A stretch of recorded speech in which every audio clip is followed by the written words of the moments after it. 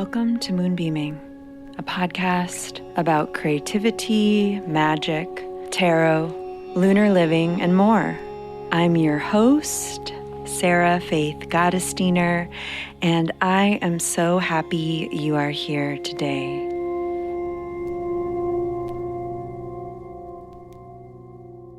Hello, everyone. It is so great to be here with you this week. Thank you for being here. Thank you for your reviews. Thank you for buying my book. Thanks to you, I've been in the top new releases on Amazon. No, we don't love Amazon here. Yes, this is the only way I can tell what's going on with my book because I have released it through a publisher, so I don't know what's going on. So I just want to say thank you, thank you, thank you, thank you, thank you. I'm sending you virtual hugs, so much love, so much gratitude. So I just wanted to start off by saying that this book was such a beast of a project. I'm so relieved it's out in the world, and I'm so relieved that some of you are really loving it. So it just warms my heart. So again, wow, thank you. This is a big week, friends. We have the solstice here in the Northern Hemisphere. In the Southern Hemisphere, of course, we have a summer solstice, so it's a little bit different energy. Here in the Northern Hemisphere, the solstice is really, in my practice, a time to dream in the dark, a time to rest, a time to reset. In my own life, I always try to honor solstices by cleaning, organizing, and if I can't quite get it together all the way, I at least take some time to figure out what I need to do to get it together at a later time in the coming weeks, in the coming winter weeks. In so many Slavic and Eastern European cultures, which is where my ancestry stems from, there's this through line of practices of folklore of demons or sort of like weird, scary creatures visiting houses to make sure that they have cleaned and organized enough. And if they haven't, there's some kind of like punishment, right? So I can see this correlation between cleaning, storing up resources for the winter.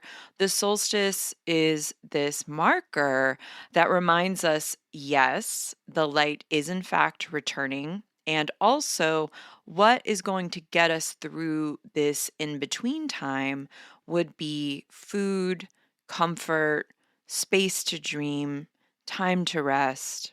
And of course, the solstice is usually about rebirth, this time of light returning to the Northern Hemisphere. So, thinking about what we need to do during this time before we really see the tangible light returning in late February, early March, how do we have the space to welcome in the new?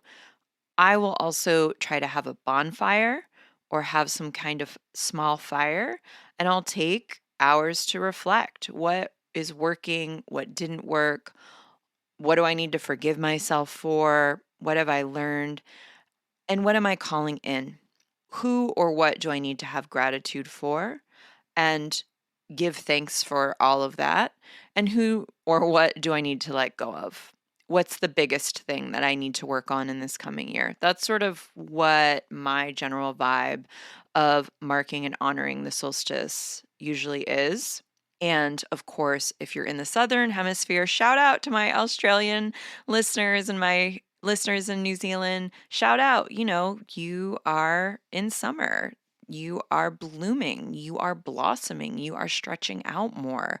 It's a really vibrant energy that you can play with and work with. Of course, we're also 1 week past the last solar eclipse of the year. And as we all know, eclipses take time to move through us. Like this eclipse for me was a doozy. I got a lot of information, I got a lot of messages. I had a lot of realizations. I really had the intention to make way for truth, and I got it. I got insights, and the truth sometimes can be a bummer before we acknowledge it and move on with it. So we're probably still moving through this. We're probably still looking at specific patterns that were highlighted. So the ask is, how can you make peace or how can you make shifts?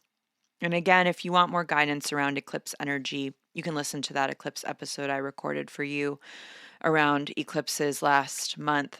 It's really what we do with the information that is coming through that feels really resonant that can help us step into more alignment moving forward.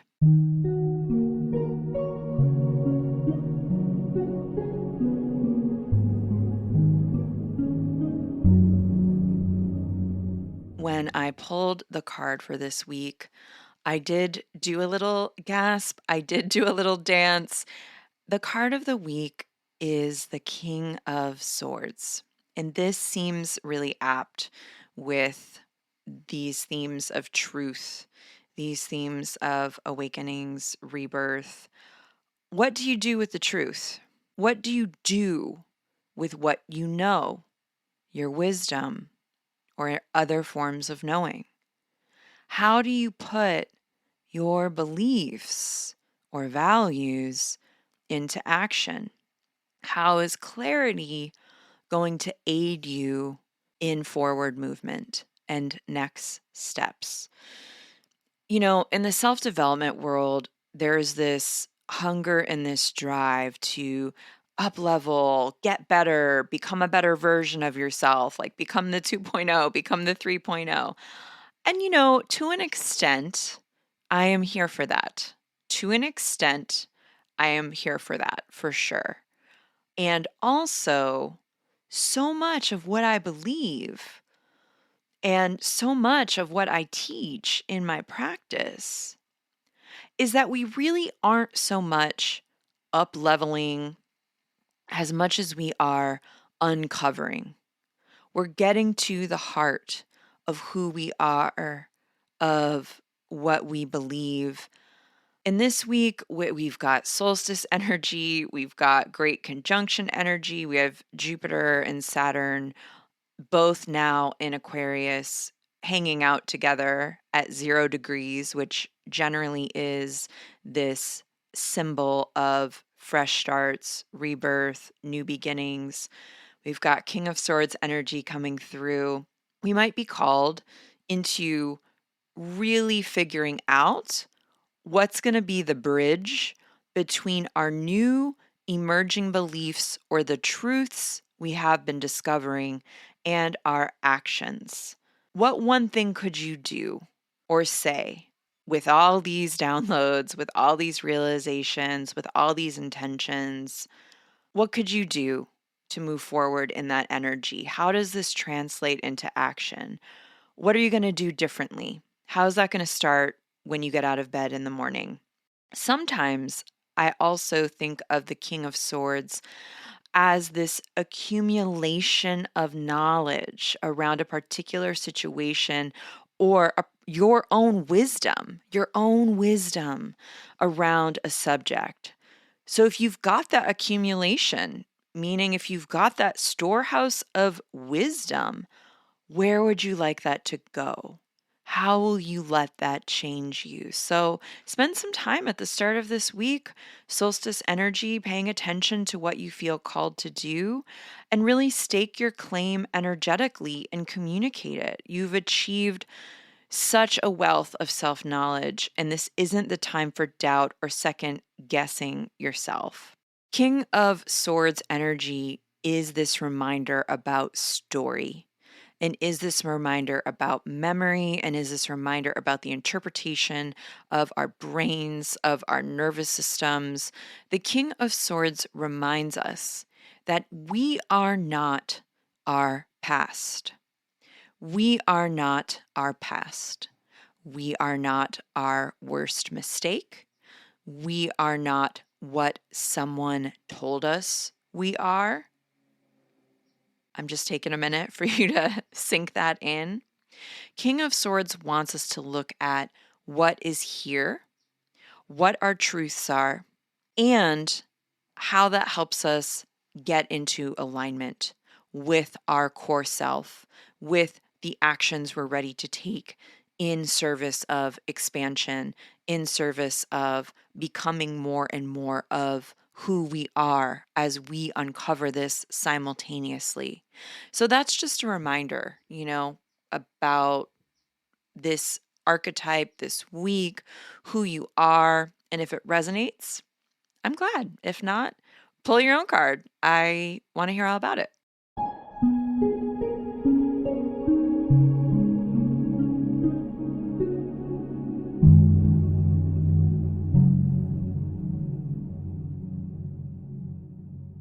Okay, so I feel called to share a little story about myself before I get into the heart of this episode.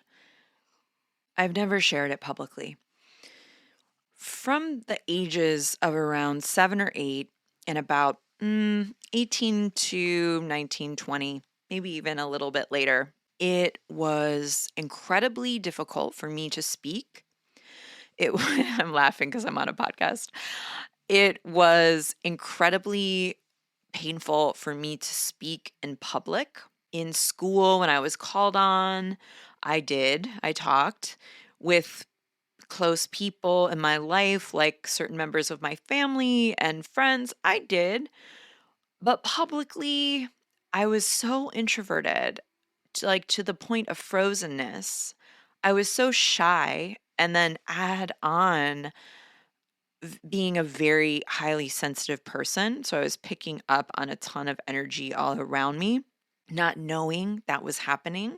I think that happens a lot with little ones when, someone isn't quite letting you know or teaching you about energy and how it moves through us and our own energy fields. So, when I got older, even there was months where I was afraid to leave my house or engage in regular transactional communication, like at a store with a shopkeeper or so on and so forth. And, I grew up, I realized I needed to talk. I needed to talk for if I wanted friends, of course. I needed to talk for work, for jobs. I was a waitress for many years, and so much of my work has included communication and still all forms of communication, writing, speaking, are often really difficult for me. And it's ironic because so much of what my intuition or what spirit has told me to do has been to communicate in a more public fashion, whether I was pitching stuff at a corporate job or teaching. I taught for many years to hundreds of people. I still do teach online. I'm talking about teaching at colleges and things like that. Or, of course, now I've had to learn how to communicate. And I would also say, I'm not great at it. I'm still learning all the time. It's a skill set that I have to learn. It does not come naturally to me. And I'm sharing this because I wanted to underscore that when you get a calling or when your intuition is suggesting you do something, it doesn't always correlate with ease and with flow. I think that there is sometimes the belief that synchronicities and flow and ease are hallmarks of a life led in alignment or a life led in right relationship. Sure, sometimes that happens, right? My life is beautiful and joyful, and I have really beautiful people in my life, and I get to enjoy what I do much of the time. Absolutely. I mean, I don't think anyone should do anything that makes them miserable. And also, I don't think having something be challenging or having something be difficult equal immediately misery or equal, I shouldn't do this. I shouldn't be doing this. It is often that resistance that is a signal that, in fact, in order to step into greater healing, in order to step into greater alignment, you, in fact, have to get through the other side of that resistance. And if you're growing and if you're healing, oftentimes I don't know about you, but I find myself in discomfort. And discomfort is different than you shouldn't be doing this or warning, don't proceed. And I want to say that because often in the difficult processes, in the difficult practices is where we find healing. It's a catch-22, my babes. If I didn't talk, if I stayed a hermit, like Hugh Hefner style, I wouldn't heal. I wouldn't heal that, paralysis I have, or I wouldn't heal the difficulty that wells up, whatever that is for me. And again, I have my own theories and all of that stuff, but I had to step into it. And of course, over time, it gets easier. But y'all, like, when you work for yourself, you're more often than not finding yourself face down on the ground in some way or another. If you work for yourself, more often than not, there's always a different and new set of challenges that tests you on every level. I was laughing before I sat down to record this because last week I uploaded and like thousands of people downloaded it, an unedited version of my podcast, of me like telling my editor, like, okay, put the interstitials here.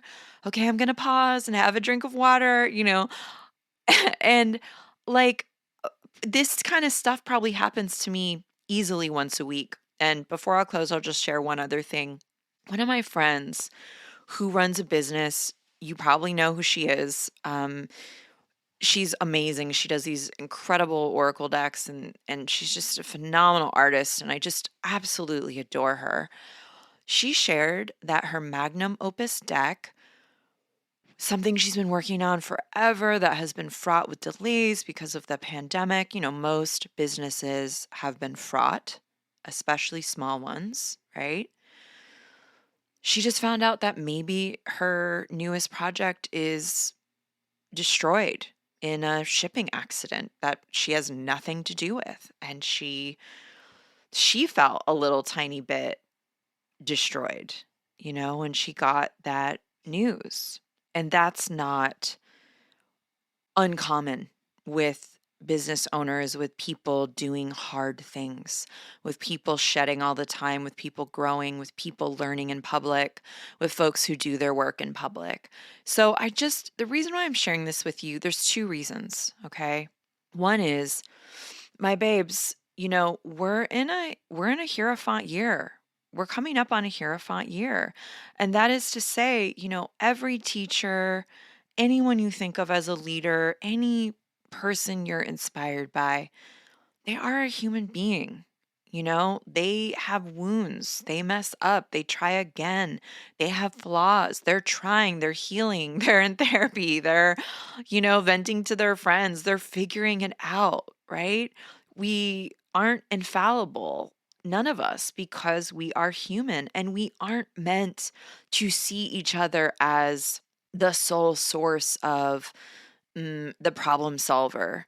We aren't meant to plug into other people as if they hold all the secrets or as if like they are the source. So I'm reminding you every time I hop on the microphone, I'm sure I'm reminding you I'm a human being, but I'm reminding you I'm a human being. And while I have so many things figured out in my life and I've done a ton of healing, there's a ton of stuff I still have to heal, and there's a ton of stuff I'm still figuring out, the same as you, And from my lens, when someone says they've got it all completely figured out, that their way is the only way or the best way, I tend to sort of want to back up a few steps, because part of our human practice and our spiritual practice is figuring out for ourselves. And part of figuring that out is making mistakes.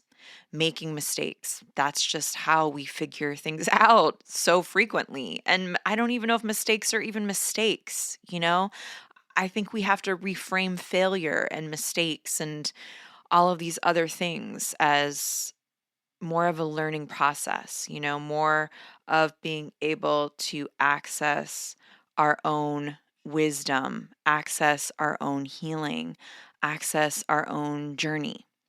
And this is also this like age of Aquarius story too. We have this death of celebrity culture, in so many different industries. We also have the rediscovering and reconnection and re-reminder really that all of us are divine, powerful beings, like a great question to ask yourself and those around you in this, supposed age of Aquarius is, how are you serving? Who's benefiting from your service or your work? What are you serving? What energy, what deity, what goddesses, what God, what higher vision are you in conversation with in your days and in your weeks?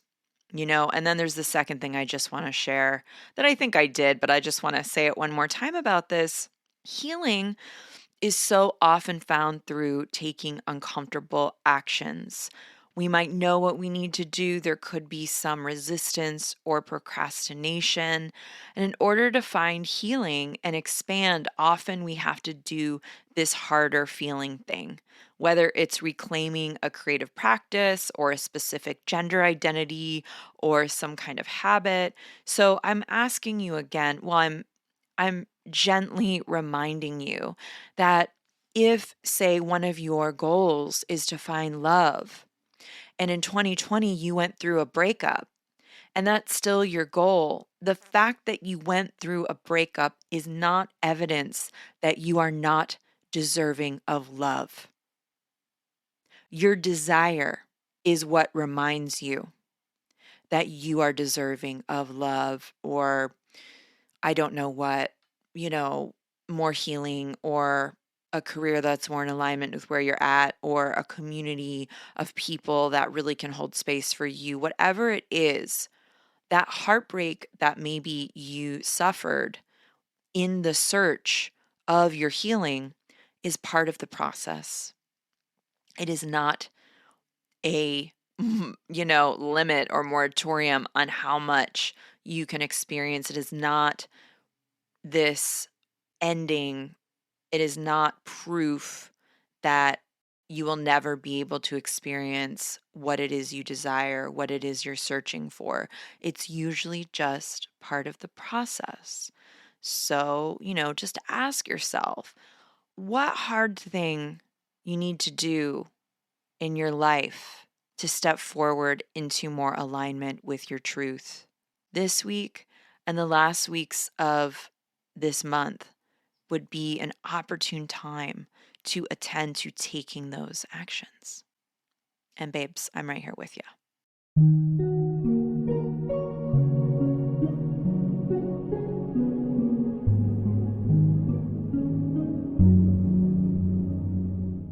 Okay, my loves, I squeaked in just in the nick of time with the last Minor Arcana number 4 episode. Today I'm talking about the Four of Pentacles, one of my favorite fours. I do find a lot of interpretations I have come across of this card tend to flatten out this archetype a little bit. So we're going to get into it. This card is an archetype that can help us connect to our power, our inner power, our mental power, our physical health, and also our magical power. When I teach elemental intuition, which is a class I lead around the elements, the minor arcana, and connecting to our intuition, I speak about the pentacles as being a kind of gateway to our magic. And why is that? Well, it's a darn pentacle. It's a pentacle. Pentacles in witch world usually correlate to magic. It's the 4 elements plus spirit. Yeah. Some decks will call this suit coins. I believe some decks will call this discs. For me, pentacles make a lot of sense because the earthly realm is often about the tangible outcomes of our magic, our energy, and our harnessed power. Pentacles are about the material realm, reality, and They are about our magic, because it is our magic that precedes some of, not all, obviously, some of our experiences in the material world. I also believe that pentacles are about our lineage, our ancestry, our legacy, as well as literal and metaphoric, meaning our lineage, say you are a jeweler. So part of your lineage are jewelers, right? Or you're a poet. So part of your lineage are poets. And the same with our legacy. It's not just our offspring. As someone who I will not have any children ever. My legacy, I think about it in different ways than maybe what is commonly thought of as legacy. I think about the work we do in our world. I want to parse this out here. It is sure connected to career, sure, it's connected to money, finances, absolutely.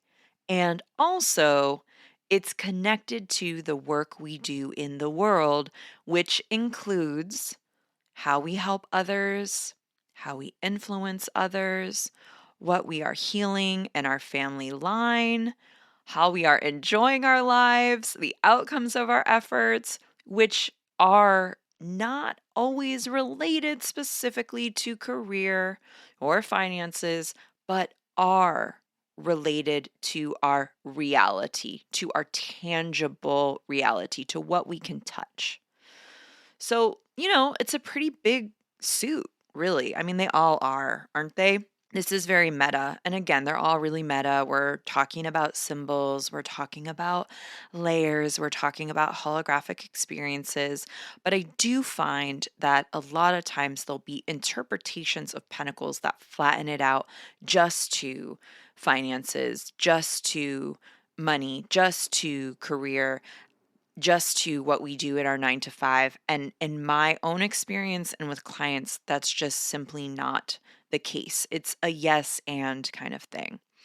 The Four of Pentacles is also about energetic conservation. This is about material resources, what we have and what that looks like, what we feel like we need to be safe, resourced, and secure. We talked about this with the fours already, them being about support structures, healthy foundations, or examining foundations that aren't healthy. So with Earth, we have a sort of more underlining of this stability, this security. The astrological correspondence of this card is Sun in Capricorn. So the Four of Pentacles calls upon this energy of the earth, this ability to feel tangibly supported, our coping mechanisms, our strategies, our relationships, our schedule. I believe it's also about how we can trust in our magic, in being able to discern what is happening in our energetic field, as well as how refined we are at listening to and heeding signals and signs from our body. So there's a lot there. We have the body, we have feeling supported, we have gaining clarity and gaining power from understanding that what we do, our habits, the energy we bring to our hours, to our days, to our actions, then sometimes reflect back to us in our reality, in our world. Sometimes also, I just want to slide in, this card can be no no dragging on people who love this card, no dragging on this archetype. This card can show up in sort of boring ways, like looking at what you have for breakfast, like looking at how you spend the first couple of hours of your day, like looking at your habits and your behaviors. And also, wow, there is so much there in the habits we do, in the repeated actions we take, in how we care for our body, that aids us in what is going on, what is going to affect us for a long time. Because earth energy traditionally in the tarot is about long term patterns, sustainable outcomes, things that are going to influence us and impact us for a long time. So, our habits, our behaviors, how we care for our body, those things are definitely going to influence more long term cycles and patterns in our lives. And also, on this energetic conservation tip, before I forget, our energy is the most precious resource we have. And listening and attuning to our own energetic rhythms is totally a lifelong pursuit. And it is a priceless one. You cannot put a dollar amount on that. This card can initiate us into a greater process of respecting our own energetic rhythms, and it can be a reminder and an affirmation at how well we're doing in this realm, at how our work in this realm has paid off for us. The power of boundaries come up with this card. Really, so much of what we achieve in this lifetime, in my humble opinion, boils down to boundaries. What you do with your time, how well you protect it, how well you protect your energy, how effectively you can communicate your needs, and how well you can advocate for yourself. The Four of Pentacles wants us to sink into trust and action around our energetic boundaries. When we receive this card, we can be asked to examine those as well as tune into any energetic leaks that are going on. This card often comes up when it is time to conserve energy and resources of all kinds. Don't give it all away, my babes. When you get this card, maybe you don't tell the person asking for your advice every single thing you can think of in the world. Maybe you don't spend 4 hours, I don't know what, responding to someone DMing you on the internet and you don't know them. I don't know. However this comes up for you, think about how you give your energy away and also conserve it. Conserving energy. Maybe we have to attend to internal work. Maybe we are tired, whatever is going on for you. This archetype can be an affirmation that it is okay to do so. You don't need to do everyone else's job for them.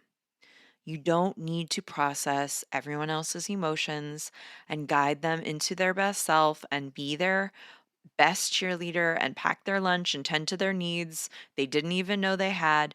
You don't need to do that anymore in order to feel valued, worthy, and loved. And I'm bringing this up because this card is, again, about personal power. And so much of our personal power also stems from our self worth. So much of our self worth stems from how valuable we perceive our time, our energy, our bodies, and anything else that is coming up for you around this card to be. We're precious. This card reminds us that taking care of our physical health, our physical needs is important. Rest is important. Making that appointment, if we have to do it, is important. This card really is asking us to invest in or reinvest in gentle and loving ways to treat our body with care. I also see this card very much about being in gratitude for what we have, not hanging out in the energy of what we don't have. I also see this as taking care of what we have on different levels. Taking care of what we have, what we own, who is in our lives already, figuratively, literally, is potent magic. How can you ask the universe for more when you aren't taking care of what you are lucky enough to have now? So when this card comes up and you feel like you're itchy, you're impatient, you're yearning for more or something different, look around at what is beautiful in your life and what has to be tended there first so that you can sink into that gratitude, so that you can welcome the different or the more. An attitude of gratitude for real is key to expanding your energy and your magical reach, I believe, because we all have so much more. And I want to be really clear, I'm talking figuratively as much as I am literally. You have your own unique geniuses. You have all the experiences that have brought you to this point. You have your own unique skill sets. You have your own loving relationships with other people. That's a lot. It's a lot. It's a lot. We have a lot to be grateful for. So, this card is a reminder of that.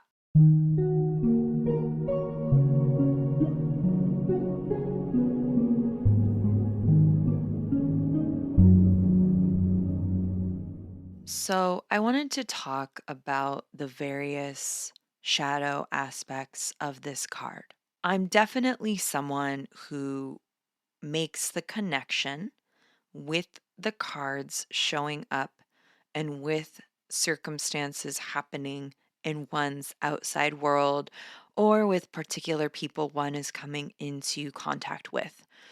Sometimes, but not always. At the end of the day, I do believe the cards are asking us to hang out with ourselves and what's going on in our life and to take accountability for whatever situation is happening externally and also to feel grateful if the situation is wonderful.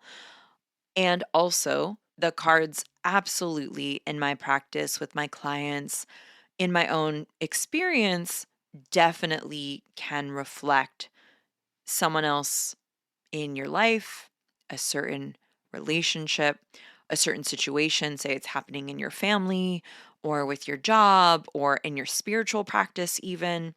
That's what the tarot does so well. Sometimes you're just like, are you kidding me? The card will show you your experience in visual form.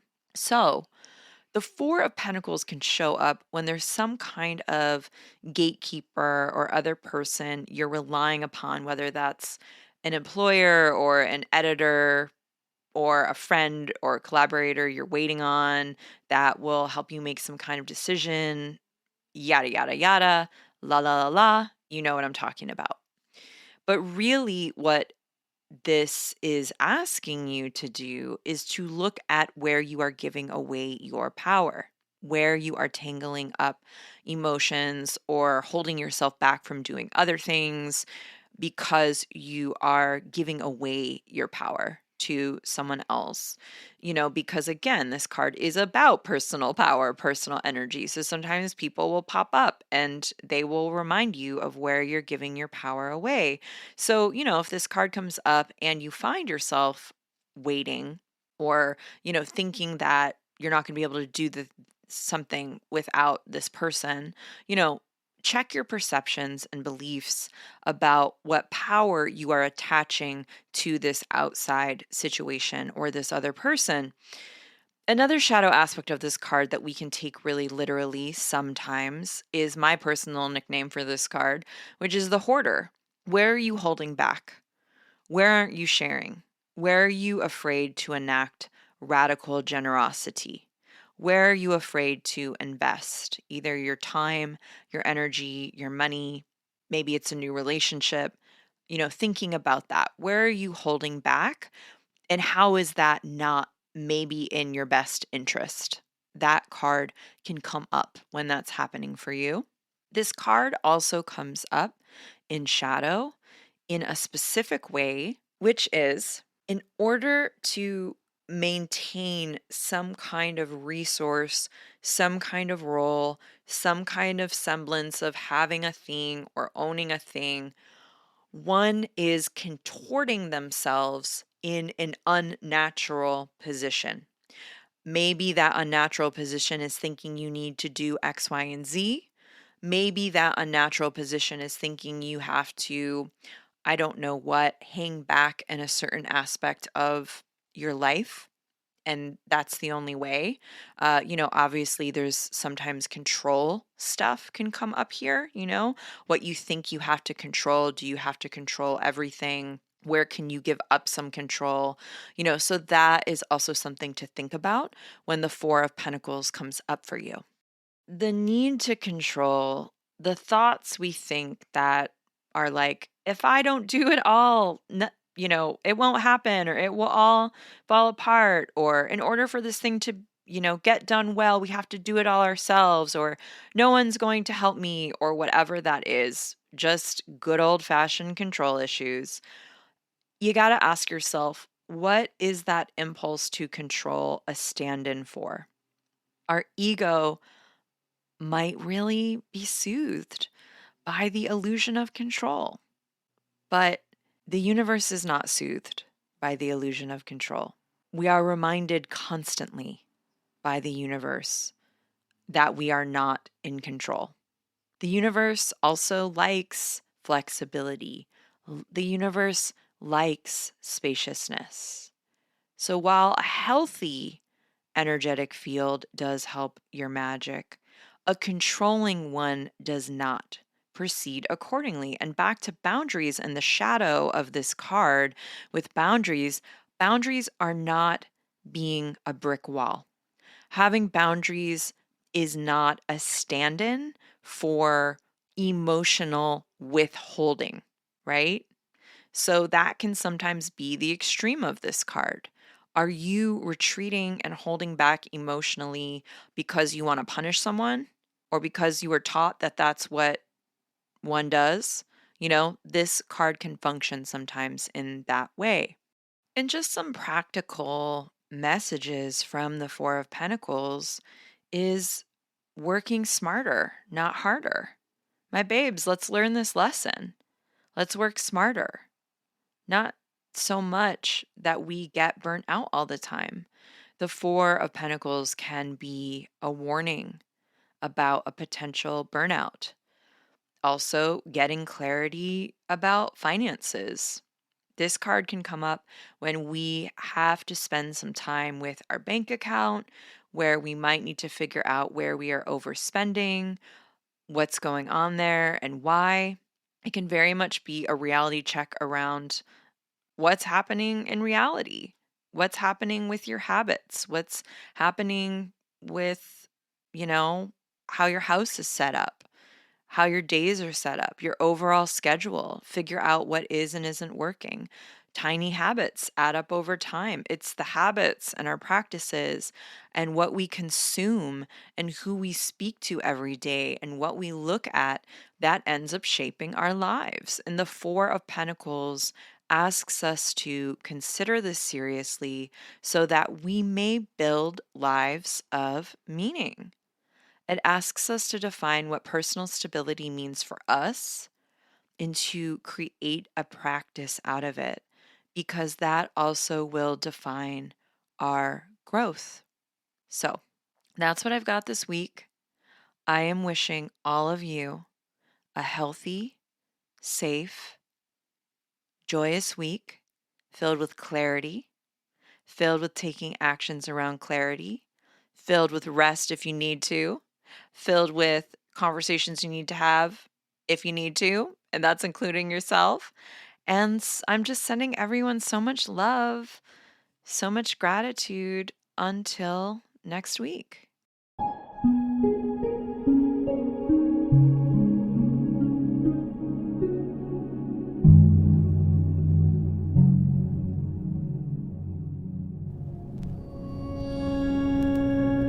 You are listening to Moonbeaming, a podcast that is presented by modern women. I'm your host, Sarah Faith Gottesdiener. The editor is Caitlin George Parker.